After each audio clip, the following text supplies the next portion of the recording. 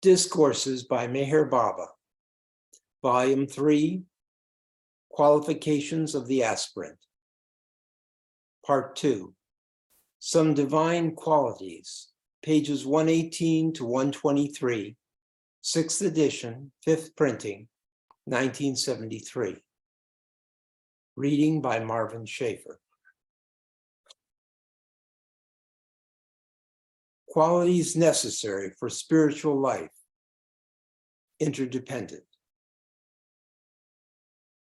If the inner life of man is to be harmonious and enlightened, he has to develop and express many divine qualities while he is engaged in his daily duties. Each quality by itself may not seem to be extremely important, but it is not correct to consider it apart from its necessary relation with other important qualities. In spiritual life, all these qualities implement and support each other, and their interconnection is so vital that not one of them can be completely ignored without detriment to many other essential qualities. So, considered in its true function, each of these divine qualities turns out to be absolutely indispensable for a complete life. Patience and persistence. Every man is a rightful heir to the truth, but he who would inherit it must be spiritually prepared for it. And this spiritual preparation sometimes takes several lives of patient and persistent effort. Therefore, one of the first requirements of the aspirant is that he should combine unfailing enthusiasm with unyielding patience. Once a man is determined to realize the truth, he finds that his path is beset with many difficulties, and there are very few who persist with steady courage till the very end. It's easy to give up effort when one is confronted with obstacles. This might be illustrated from a story of a man from Pune. He once read a spiritual book which impressed him so deeply that he felt like renouncing everything. He left Pune, went to a jungle near the city, and sitting under a tree with a rosary in his hand, he began to repeat God's name. He kept doing this all day, in spite of much inconvenience and dwindling enthusiasm.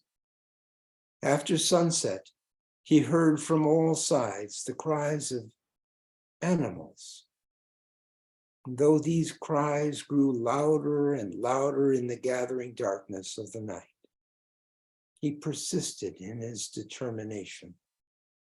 When, however, he saw through the darkness a huge bear coming towards him, he fled to save his life. He ran for 7 miles at top speed till he fell unconscious in a shop in Pune.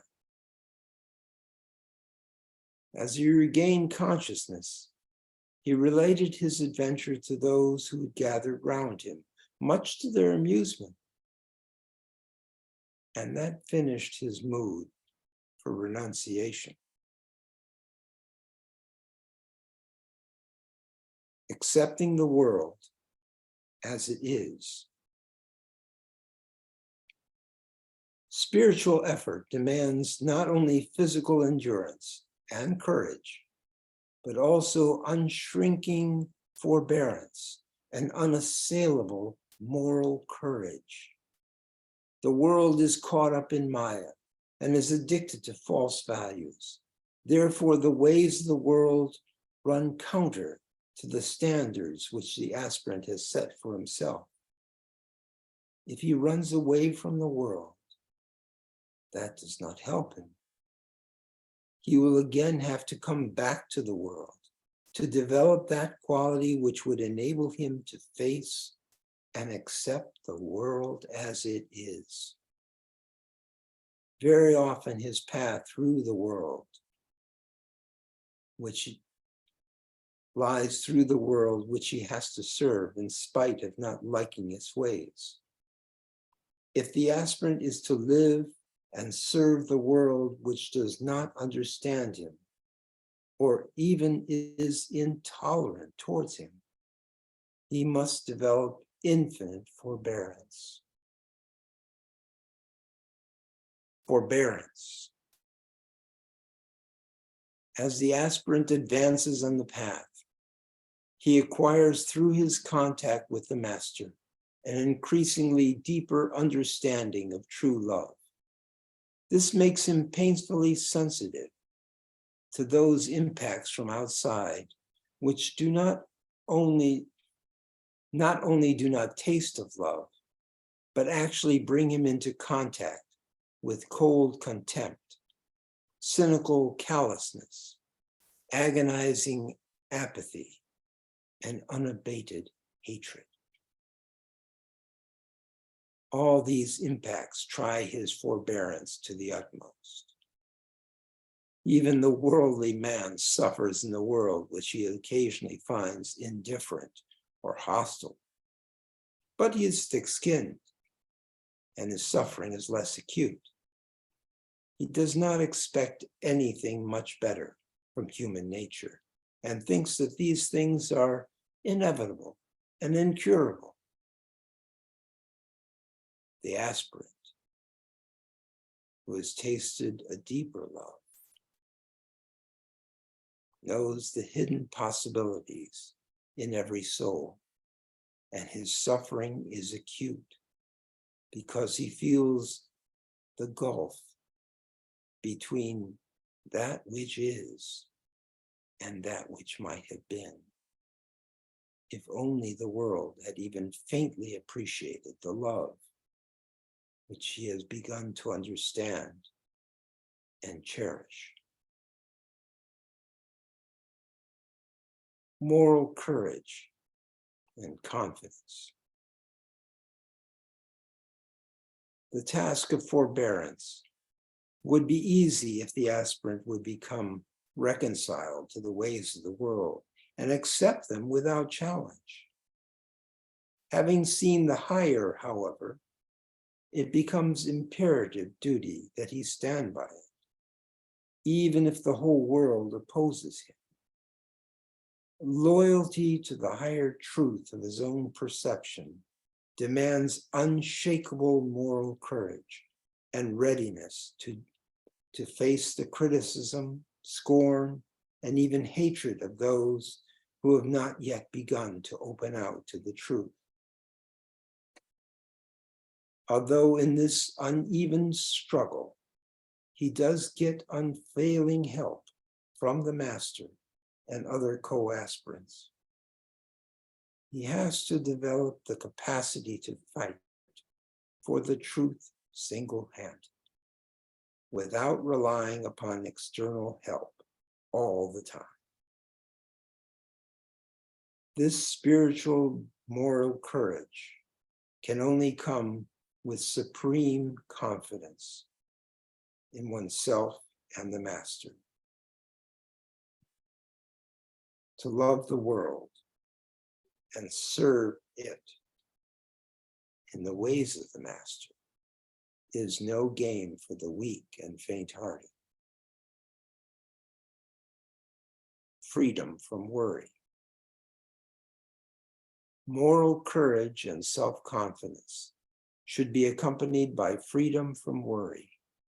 There are very few things in the mind which eat up as much energy as worry. It is one of the most difficult things not to worry about anything.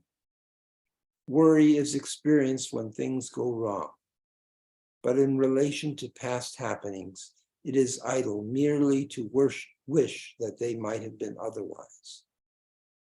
The frozen past is what it is, and no amount of worrying is going to make it other than what it has been.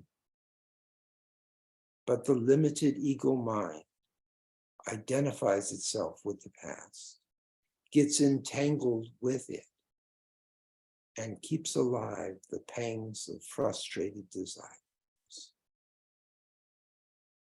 Thus, worry continues to grow in the mental life of the man until the ego mind is burdened by the past. Worry is also experienced in relation to the future, when this future is expected to be disagreeable in some way. In this case, it seeks to justify itself as a necessary part of the attempt to prepare for coping with the anticipated situations. But things can never be helped merely by worrying. Besides, many of the things which are anticipated never turn up, or if they do occur, they turn out to be much more acceptable than they were expected to be. Worry is the product of feverish imagination, working under the stimulus of desires. It is a living through of sufferings, which are mostly our own creation. Worry has never done anyone any good, and is very much worse than the mere dissipation of psychic energy, for it substantially curtails the joy and fullness of life.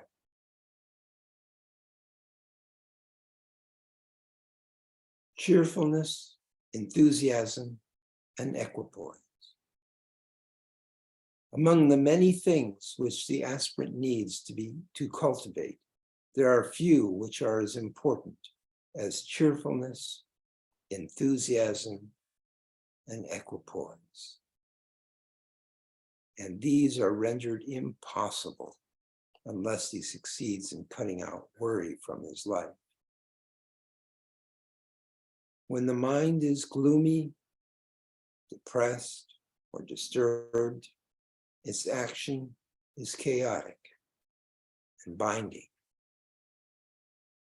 Hence arises the supreme need to maintain cheerfulness, enthusiasm, and equipoise under all circumstances. All these are rendered impossible unless the aspirant succeeds in cutting out worry from his life.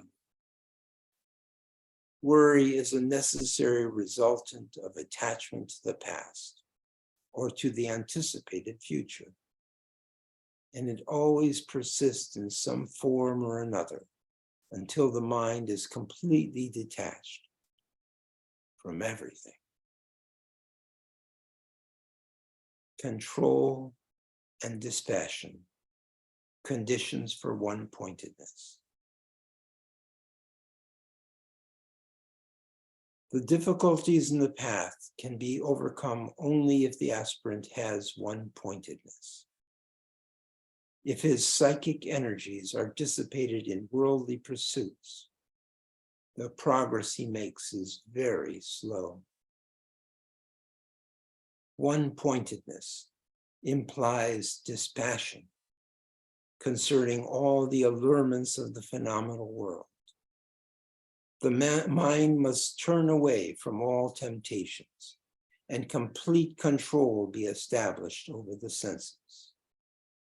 Hence, the control and dispassion are both necessary to attain one-pointedness, the search for true understanding.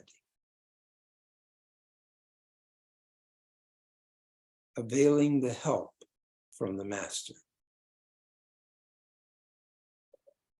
The supreme condition for sure and steady progress in the path is the benefit of guidance from the master. The master gives just that guidance and help which is necessary according to the immediate needs of the aspirant. All the master expects is that the aspirant will try his best for spiritual advancement. He does not expect immediate transformation of consciousness, except where the ground is previously ready. Time is an important factor in the spiritual advancement as in all material endeavors. When the master has given a spiritual push to the aspirant, he waits until the help thus given is completely assimilated by him. An overdose of spirituality always has an unhealthy reaction, particularly when it is inopportune. The master, therefore, carefully selects the moment when his intervention is assured of maximum results. And having intervened, he waits with infinite patience till the aspirant really needs further help. Jai Baba.